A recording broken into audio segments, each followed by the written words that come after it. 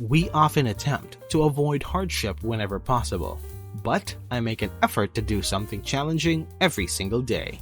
I'll outline the 3 key justifications behind my decision in this video, and perhaps by the end, you'll be motivated to take on a challenge yourself. So, let's get started. Most individuals are working in this area of the circle right here.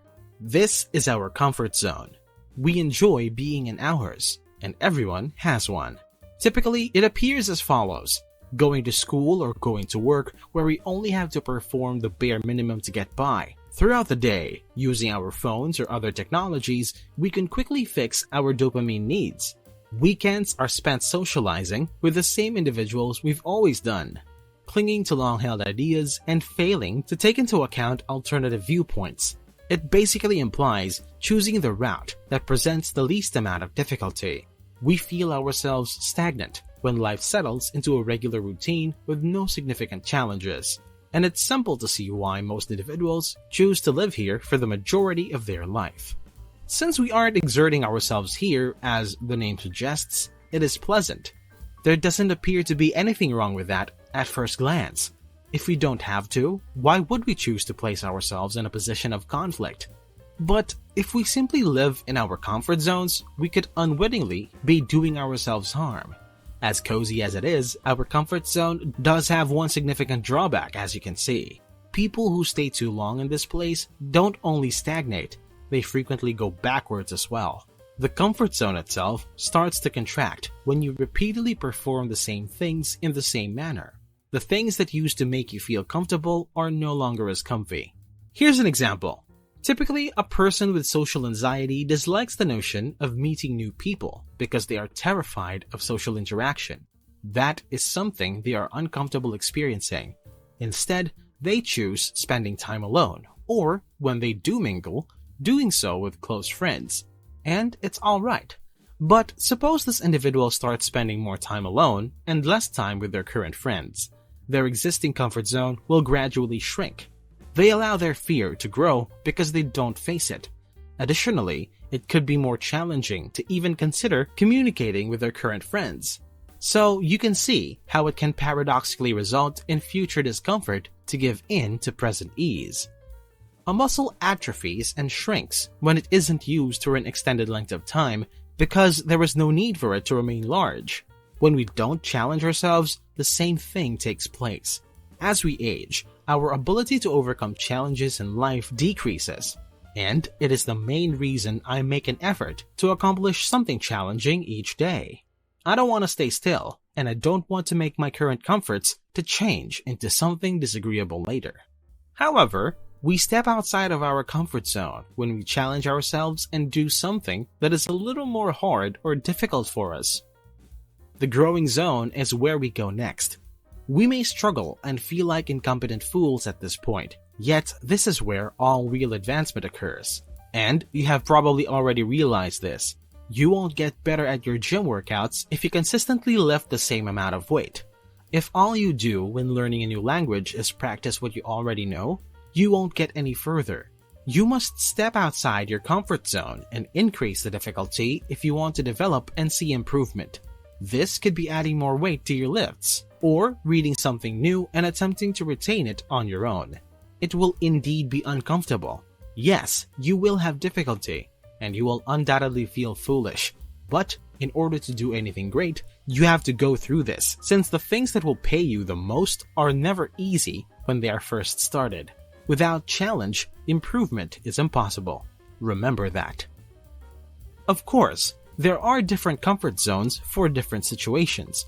There are various zones. You may be working hard in some of them, stalemating in others, and even losing ground in some of them. For instance, you can be stagnating at work, regressing in your social abilities, and pushing yourself to the limit at the gym. Each of us must decide which area requires more improvement. And if you're satisfied with where you are, it's perfectly acceptable to stop moving forward in some areas. You don't have to exert yourself in everything you do. However, there are a few strategies to move from comfort to progress if you're not satisfied with where you are right now.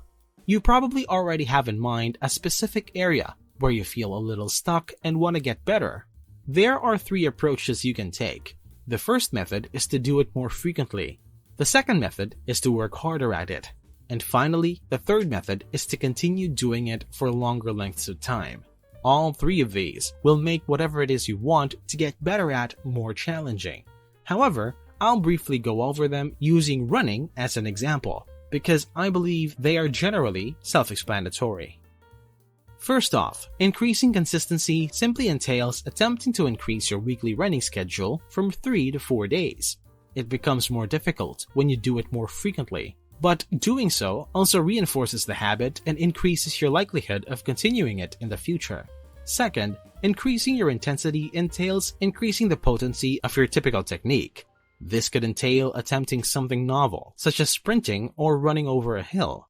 In essence, you raise it to 90% of your capacity rather than operating at 60%. Because you aren't always performing the same thing, this also adds diversity and really makes the action more enjoyable. Thirdly, if you choose to do something for a longer period of time, it just implies that you will spend more time doing it.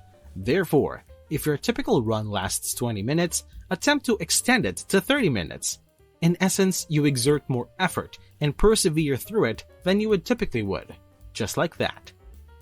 And practically every activity can benefit from all of this. Trying to learn a new language? Use it frequently. If feasible, more than once a day. Extend your learning time by 15 minutes. And utilize active recall and spaced repetition to help you remember more. Are you attempting to become more social? Place yourself in circumstances where social interactions may occur frequently. Try adding a sentence whenever you do, and be the one to extend invitations. All three of those strategies are effective for moving from comfort to growth, but some of them are more effective than others depending on the area you're focusing on. For instance, if you're attempting to learn an instrument, you'll discover that playing for 10 minutes per day is actually preferable to playing for an intense hour once a week. Additionally, you shouldn't necessarily employ all three approaches at once because that would be too much too quickly. Instead, you should choose one and then build on it when you're ready. As I previously mentioned, the majority of life's benefits result from temporary discomfort. Having said that, just because something is challenging doesn't necessarily make it good. Although breaking your leg would be uncomfortable, I'm not aware of any long-term advantages. There must be some form of long-term benefit to the place you wish to feel uncomfortable in.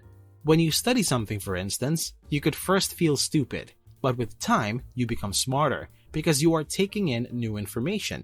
It may be challenging to eat healthily and avoid sugar, but doing so is what will help you get into and maintain good physical shape. Although it may be challenging to save money rather than splurge on a new pair of shoes, if correctly invested and given enough time, it will increase your wealth. Therefore, it is in these areas that you should genuinely challenge yourself, the ones that cause temporary suffering but permanent gain. And that's the second reason I make an effort to accomplish something challenging each day. I know that my actions will benefit me in the long run, despite how uncomfortable it may feel right now. And the only way I can experience those beneficial long-term effects is by pushing myself and moving into the development zone. Now that we understand the benefits of doing so, why don't more of us step outside of our comfort zones? That's because there is a third zone in reality. One could pass the growth zone and enter the danger zone if they push themselves too far outside of their comfort zone. We initially experience discomfort because of this. You can push too far as long as you're careful. After all, over-exercising puts you at risk for harm. Burnout may occur if you put in too much work. Additionally, soreness serves as a very helpful alert that keeps you from getting wounded because an injury would probably make you worse off. The majority of individuals staying in their comfort zones therefore makes perfect sense. At all costs, they want to stay out of the danger zone. But regrettably, a lot of people step right into danger when attempting to improve their lives for the better. This is how one of my friends is. He sought to improve his physical fitness a few years ago. With renewed drive, he signed up for a gym membership and resolved to work out 5 times a week. He also promised to begin a strict diet in which he would consume less calories and avoid any sugar. But after a month, he was back to his usual couch cuddling, Netflix watching, and cookie eating habits. he rapidly declined and, like most people, took on too much. And when attempting to step beyond one's comfort zone, this is a very typical event. The worst thing isn't even breaking a plan though. The biggest problem people have now is that they fuel their notion that it's difficult for them to change and grow because they fall short of their lofty aspirations. As a result, they don't even bother attempting to get better in the future. They perceive themselves as failures who ought to give up. So, what's the answer in this case?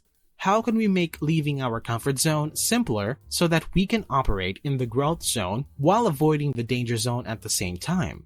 Moving past our comfort zones is necessary for positive transformation, sure, but nowhere does it state that everything must be done at once.